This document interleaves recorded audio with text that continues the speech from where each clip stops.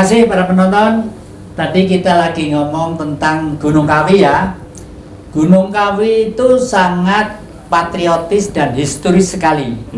Karena di sanalah ada seorang pahlawan yang perkasa zaman itu sekitar tahun 1800 sekian. Siapa itu? Pangeran Diponegoro. Ya, Pangeran Diponegoro yang terakhir karena negeri ini memang belum waktunya untuk selesai dijajah ya. Kenapa? Karena jangan dianggap Diponegoro gagal, ini gagal, jangan. Itu semua itu bergulir dengan kurun waktu yang pasti dan yang menentukan adalah Sang Maha. Makanya beliau yang terakhir membuka suatu pondok di sana, pondok Piwulang ya, ngumpulnya para cantrik-cantrik. Itu lalu beliau yang terakhir itu melakukan moksa ya. Moksa itu sadar kalau semua kehidupan itu akan memasuki zaman terakhir. Moksa ala yang Prabu Joyoboyo ada, moksa ala ini ada, moksa ala Bung Karno ada, moksa ala Pangeran Diponegoro ada. Antara lain yang Pangeran Diponegoro itu begini, setelah merasa bahwa sang roh ini mau kembali ke zaman aslinya, ke alam aslinya, beliau mengumpulkan cantrik-cantrik. Ayo ngumpul sini semua, ayo sudah ya, sudah. Ini Romo pesen loh ya, jangan sampai nanti kalau ada apa meneteskan air mata satu aja jangan sampai, gitu ya. Dan semua hidup ini ciptaan Sang Maha Kuasa, dan semua ada masa selesainya. Kalau suket umurnya sekian, kalau alang-alang umurnya sekian, kalau jagung sekian, kalau pohon kelapa sekian, kalau bumi pun ada masanya, tapi entah berapa ribu atau juta tahun, tapi masanya itu ada. Apalagi kita manusia, jagat cilik ini, sudah waktunya roh ini harus kembali ke tempat yang hakikatnya. Lalu ngumpul 3 hari sebelumnya beliau itu sudah buat lubang sendiri, gitu. Ngumpul di situ, sudah saya mau tidur ya, nanti tolong ditimbun gitu, langsung plek. Ki Jati, saya boleh bertanya? Saya mengamati teman-teman seniman budayawan terkait dengan pedalangan, mengawali beliau dalang itu kebanyakan dia memainkan wayangnya di Gunung Kawi sampai beberapa bulan. Nah, ada yang di Wendit, ada yang di Gunung Kawi. Itu sebenarnya gimana Ki Jati? Apakah semacam prestasi wayang kulit itu harus identik dengan hal-hal yang mungkin di luar nalar? Saya ambil contoh, kalau memainkan wayang aja jelas dengan pakai skill, jadi kehebatan bermain.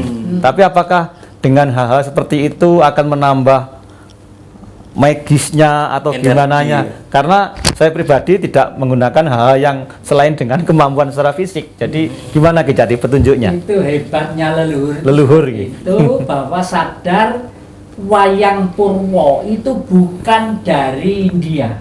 Mahabharata Ramayana bukan dari India. Itu Kidung Agung asli dari lembah Gunung Arjuna. Dan itu adalah kitab suci yang istimewa. Kenapa istimewa? Karena dalam kitab suci itu sulit dirubah. Ya, ceritanya cerita baku, tapi setelah menjadi wayang sudah dimodernisir dengan ini, apalagi son itu ke Pak Parno, sindane ayu-ayu mesti menghadap ke sana, mesti ke sana lah. Itu lupa pelan-pelan sudah menjadi tontonan, bukan tuntunan ya. Apa bro? Begini, saya mendengar juga Ki Jati itu memainkan wayang mulai SD.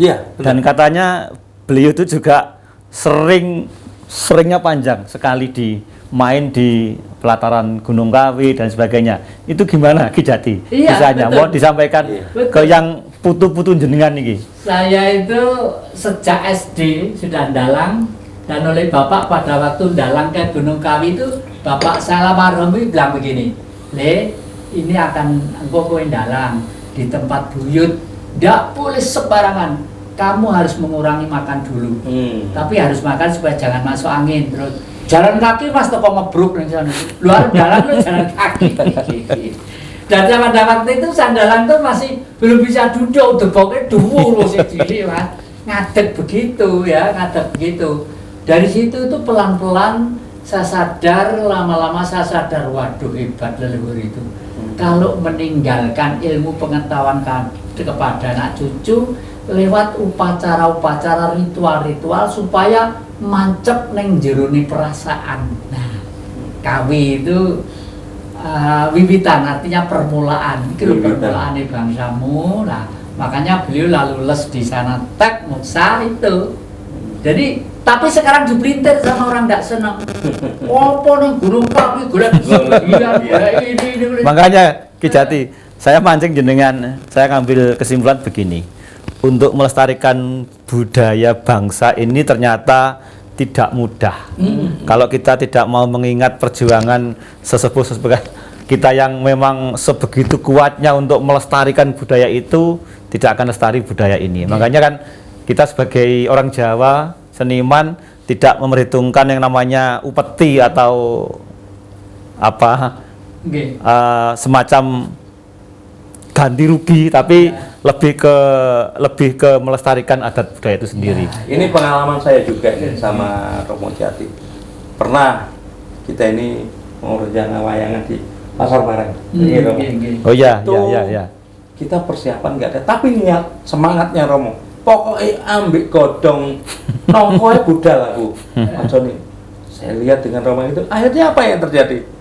Ya itu dilakukan dengan secara semangat, yakin.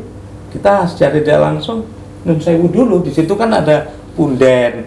Punden itu salah satu pendirinya dulu desa Bareng. Ya kita sowan situ. Kenapa? Kita bukan meminta ya, mendoakan rasa berterima kasih atas dulu perjuangannya jadi bukan Pasar Bareng, desa Bareng itu. Akhirnya apa?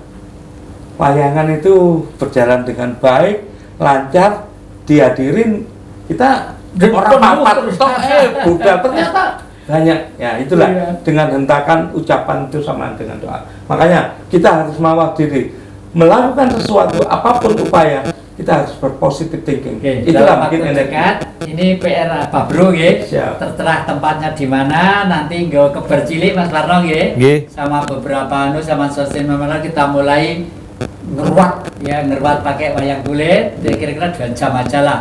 Nanti tempatnya di mana? Syukur kalau sing kagungan kekuasaan iki DPRD, pemerintah daerah gayung bersambut, syukur.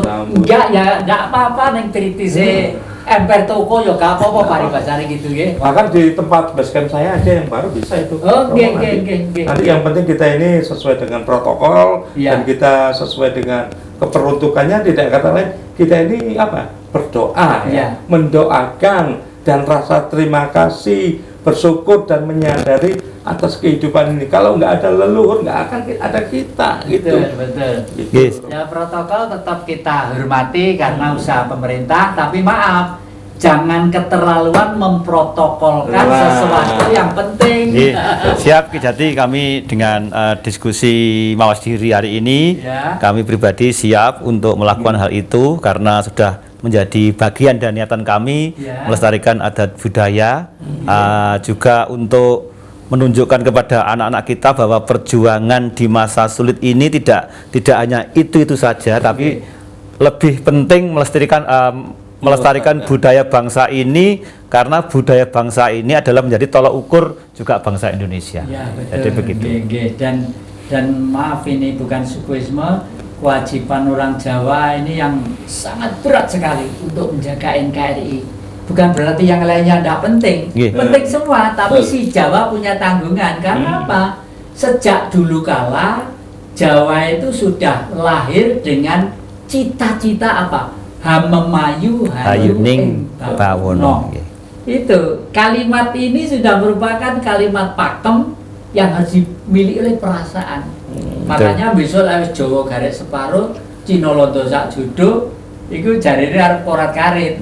Ya sekarang ini sudah Jawa gak Jawa, londo gak londo, Cina gak Cina. Dengan ucapan Ki Jati yang orang Jawa garis separuh, saya sudah berniat meskipun tinggal sak judo Ki Jati, mereka akan berkembang biak. Inilah ekosistem alam. Jadi tapi sebagai orang Jawa kita tidak pernah pernah patah semangat untuk tetap membesarkan orang Jawa itu sendiri. Ya Indonesia gitu. Dan memang harus sabar, telaten ya. Kuncinya rilo, nerimo, sabar, jujur, temen, budi luhur. Iya. Satria. Sabar, rilo, nerimo, temen, jujur, budi luhur. Iya. Ya, Itu baru yang namanya satrio jadi. Satria. Iya loh, sampai akhir-akhir ini banyak yang mencari ilmu misalnya dari Rusia ya. Yang kemarin juga sejak siaran di sini kalau nggak salah itu, yang putri itu duta besar Rusia itu setelah membawa lembaran sayang satu lembar melok setan dalannya ini melok Tuhan dalannya ini melok setan dalannya ini. Ternyata mereka puas. Ya ini jawaban yang baru bisa terima dengan akal gitu. Artinya perjalanan sejarah bangsa di negeri ini sudah begitu amat warak ngerasake asam garame kehidupan, baik kehidupan ekonomi, kehidupan politik, budaya. Kehidupan ekonomi kita pernah dijajah bangsa lain 500 tahun. Kehadapan politik kita pernah jaya sekitar 340 tahun. Mojopahit itu 340 tahun tanpa gejolak macam-macam. Bahkan pengaruhnya 2/3 dunia. Kita pernah berpengaruh secara spiritual di seluruh dunia ketika zaman Bung Karno. Sampai mempunyai kewibawaan di Asia, Afrika, Amerika Latin. Lalu dibentuklah, tetap kembali ke Mas Parno, olahraga ya tadi, olahraga yang namanya Ganevo, Game of the New Emerging Forces. Waduh, ini juga gempita lagi saya dari teman dalang kita PAD nyampaikan 4 itu. Iman, imun, aman, amin. Keempat ini saya kira sangat tepat sekali, baik itu di COVID dan juga dengan situasi ini. Betul. Untuk mewakili. Begitu sekali. Terima kasih para penonton yang kami muliakan. Maaf ya, memang bicara tentang nengok ke belakang untuk melompat ke depan itu, waduh, akeh waktunya kurang banyak. Kalau ada kekilapan, kekurangan sebagai manusia tak lepas dari alpa, luput dan keliru. Mohon maaf sebesar-besarnya. Sampai jumpa setiap hari Kamis jam 4 sore dan diulangi hari Senin jam 4 sore juga di dalam Dhamma TV yang selalu kami hati. Terima kasih. Rahayu.